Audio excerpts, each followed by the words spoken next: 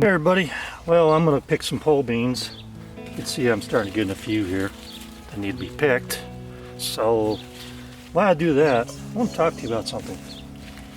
If you never pick pole beans, this is all you do is you just take and hold them on the end of the stem and just pull. And they'll come right off. Kind of like that chicken's head if he doesn't shut up. That one's almost too big for me. Should just let that one go to seed. But, you know, I went into Walmart a while back here and the shelves are looking pretty empty. So I went back there today just to top off my preps because things are getting a little scary, you know, lately out there in the news when Iran's going around sinking ships and starting crap in the Gulf over there. So it might be prudent to top your preps off. If you don't know what a prep is something us preppers say when we're getting ready for anything. A flood, a fire. If we have to run out of our house because there's a fire coming, we got a go bag or bug out bag. So we got all our important stuff in there. But more than that, you go look at the price of food lately and it just keeps going up and up and up and up. So, you know, I'm gonna weigh these beans that I'm picking when I'm done this video. We'll see how much I got this year. So one thing I wanted to mention was I was asked the question, do the sunflowers that the pole beans climb up on, do they cut the light out and stuff? Yeah, a little bit. It also gives it some good shade, especially when it's really hot out right now. And you know, some of these lower leaves on your sunflowers, you can go ahead and start removing them because all they're doing is just sucking down water from the plant. If you take a good look here, you'll see the pole beans have already climbed up on it and they're just wrapped around the stem. So let me focus that in for you. Okay, so you can see right here, they've already wrapped themselves around the sunflowers. And so these are much sturdier in the wind than corn is. So my advice, if you're going to plant pole beans and do a Three Sisters planting, you probably want to plant some sunflowers in between the corn so that it doesn't get torn to pieces, because corn can get knocked over pretty easily. And if you plant them in between sunflowers, it gives them something to lean up against and the wind doesn't get them as bad as it could. So anyway, I've picked up this side, and this is just probably a little 4-foot row of pole beans, and I'm going to go pick the other side. We'll see how many I get today out of this grouping. So I got about this many off both sides, and this is just one of my planting of pole beans. And I'm not going to start canning these right away because first of all, I'm getting them fresh and I'd rather eat them fresh than to put them in a canning jar and can them and put sodium in it and all that stuff. So looks like I missed one over here. Yeah, good size one. But you know, I can eat these fresh right now, and if I get too many, I can just freeze them, or I can start canning. But right now, I'm going to keep getting this amount of beans probably every day or something like that until, you know, the middle of September. So yeah, that's going to be, you know, another 4 or 5 weeks of production off just this one little row. I got another row over there with the corn. So here's my other row. It's a smaller row. It's not quite as long as that one. And I'm growing corn on that. Corn's about 10 feet tall.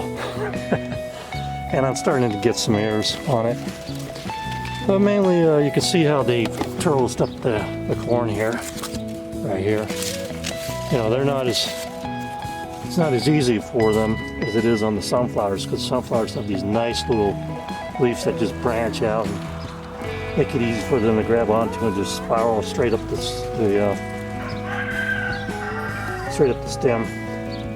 But I do like to plant corn, so I planted corn here with just some pole beans. Planted corn here with just some pole beans, and then the other one I did sunflowers and pole beans. And then I have, what is it, 2 or 3 more Three Sister plantings where I actually have squash also. Because realistically, you're supposed to plant squash if you're going to do the corn, beans, and squash. And I do have a video out on that, but basically corn goes in the middle, sunflowers too. You wait till that comes up and gets tall enough, then you plant your beans around it, and around the beans on the outside you plant the squash. But just keep in mind what I'm saying about this is kind of getting to be uncertain times. Maybe going into another lockdown. The supply line's all messed up. The ports aren't moving anything over in China hardly at all. If they are, it's costing an arm and a leg, and it's taking a lot more time to get it here. So there's going to be a lot of shortages, and so you really want to start topping off your prepping up a little bit, putting a little extra back in case food prices go to the ceiling next month. You'll have food that you bought at a much cheaper price, and it never hurts to have a little extra food. And that's why we grow food too, because having a garden gives you the option of more freedom, frees up some money, and you can always take stuff like these beans and let them grow out to where they become seeds for next year at the end of the year, and plant them next year. Okay, so you can see I zeroed the sack on here. So this is the amount of burgundy beans. These are purple, and they turn green when you cook them. Looks like I got about a 1.01 pounds. Okay, and on the pole beans, see right here, I put them in a sack. I zeroed it out for the sack. Looks like I got a 1.5 pounds basically. It's a little over 1.5 pounds. So I got 2.5 pounds of beans. Put them on the scale together. Yeah, 2.6 pounds, 2.61 pounds of green beans in just a couple days.